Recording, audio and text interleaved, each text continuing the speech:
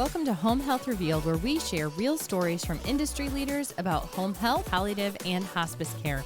Brought to you by Velocity. Velocity's easy-to-read coding and revenue cycle dashboards let you grab your cup of coffee and quickly see the health of your organization. Welcome back to Home Health Revealed, brought to you by Velocity.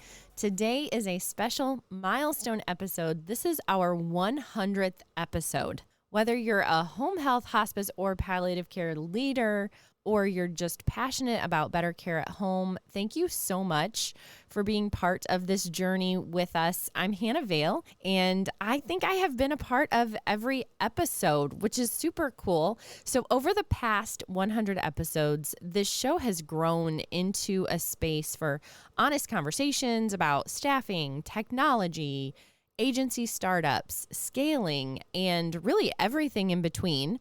So to celebrate this episode, I am looking back at a handful of conversations and talking about some different themes and topics that truly shifted how we think about home-based care and the revenue cycle, and then looking ahead to what the next 100 episodes might hold. So I want to start with talking about why this podcast even exists. When this podcast was launched in 2021, the goal was really simple: to bring real stories from real industry leaders, as I say in the opener, to help agencies deliver better quality care, but also build stronger, more sustainable operations. And really just to ask all the, I'm doing quote unquote here, stupid questions that many people have and that I had, but may not want to ask or maybe not even think to ask.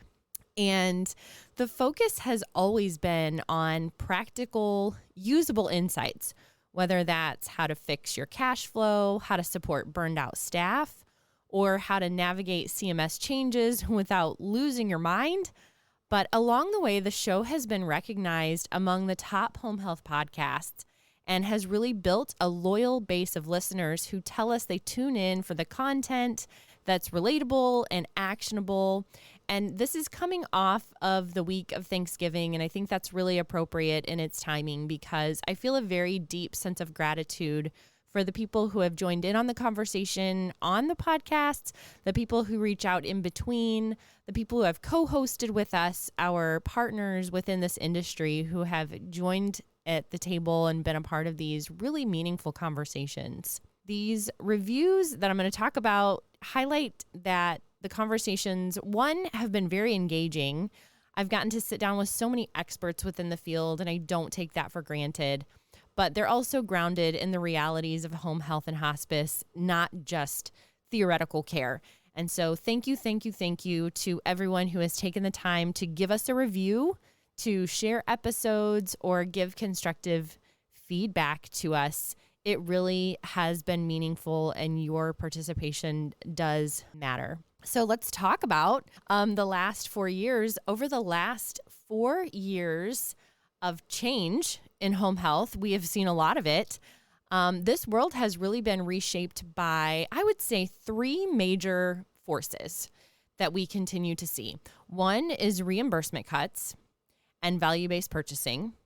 Another is just relentless staffing pressure. And then the rapid shifts in payer mix has been coming at us pretty quickly. When CMS expanded the home health value-based purchasing model nationwide, really starting with the 2022 final rule, following with that performance year, and then tying future payments to quality scores rather than volume alone and those visits. At the same time, though, agencies have continued to face margin pressures with behavioral adjustments under PDGM, recalibrated case mix weights, and outliers. LUPA policies have chipped away at the traditional fee-for-service revenue. So survey data actually showed that by 2023, most home-based care organizations were already changing operations in response to value-based initiatives. That's probably not surprising to you because we were all having to deal with what to do with our busy selves in response to that. And then how many leaders now expect a large share of revenue to come through value-based or Medicare Advantage arrangements. And that shift has taken place within just the last few years. Our workforce realities have added another layer of complexity. Turnover for especially home care aides has climbed into the mid 30% range, while our RN turnover, it remains high, although we're getting closer to pre-pandemic norms as far as numbers. But it does keep our vacancy rates and our referral rejections as a real concern. And it continues to be an area where we are concerned about patient care and patient access to care. Our leaders have had to rethink recruiting, think about retention, scheduling, all while still trying to hit quality and those hospitalization metrics under home health value-based purchasing.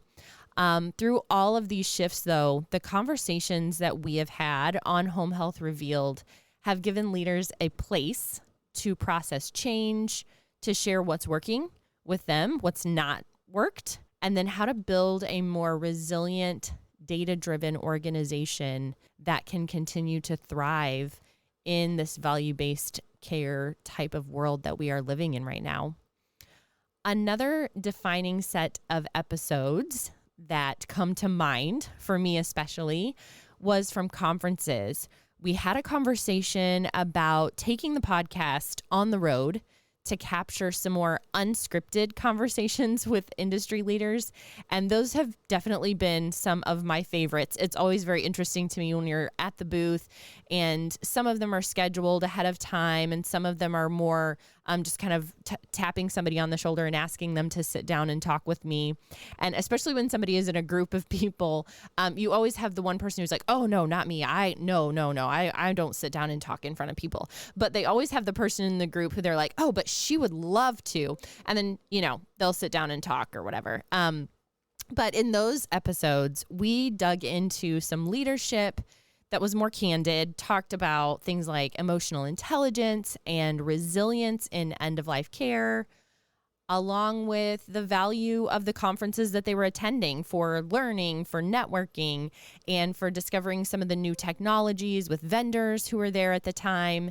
And it gave listeners the chance to be in the room, to hear how great leaders are supporting their staff, what they're learning at those conferences, how they're serving families, some different regional things when it came to different state kinds of topics, and then really just to stay grounded, even as regulations, payment models, and expectations continued to shift. It's great to hear in those live episodes, and they're still edited and, put out hours or days later, but it gets to show another side of the Home Health Revealed show. They're more short, fast, energetic conversations, and, even financial management, bottom line improvements, and what leaders would fix if they could change home health kind of with that snap of a finger, their wish list. So those were so fun to do.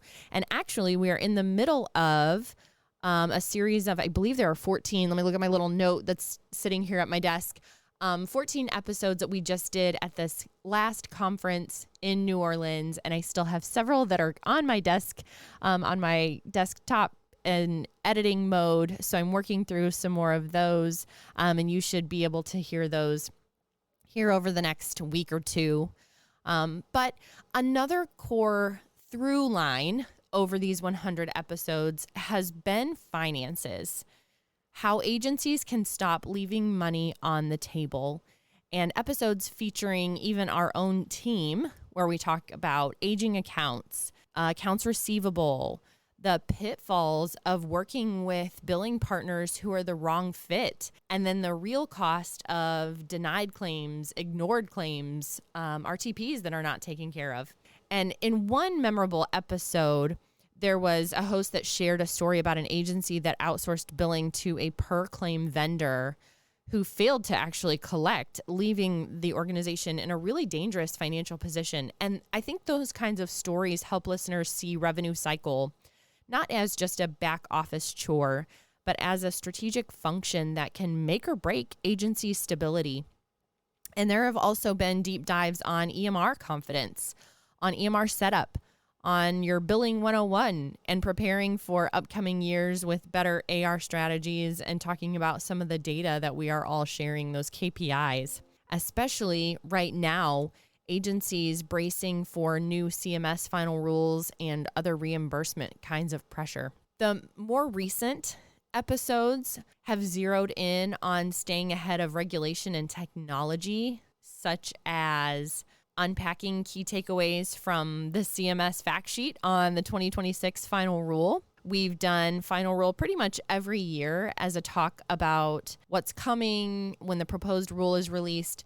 And these conversations translate dense policy into what it actually means for daily operations, for documentation, how to set up your Excel spreadsheet to plan some pro forma kinds of things, and plan for revenue changes. Technology, including emerging AI and automation, has also been a repeated theme on our shows. So how smarter tools can reduce administrative burden, improve your billing accuracy, and free your clinicians up to focus on care through some of those different technologies and talk-to-text kinds of functionality. But across these episodes, our message really is consistent that agencies that adapt quickly and invest in smart partnerships with technology and people and services will continue to be the ones that thrive in this environment.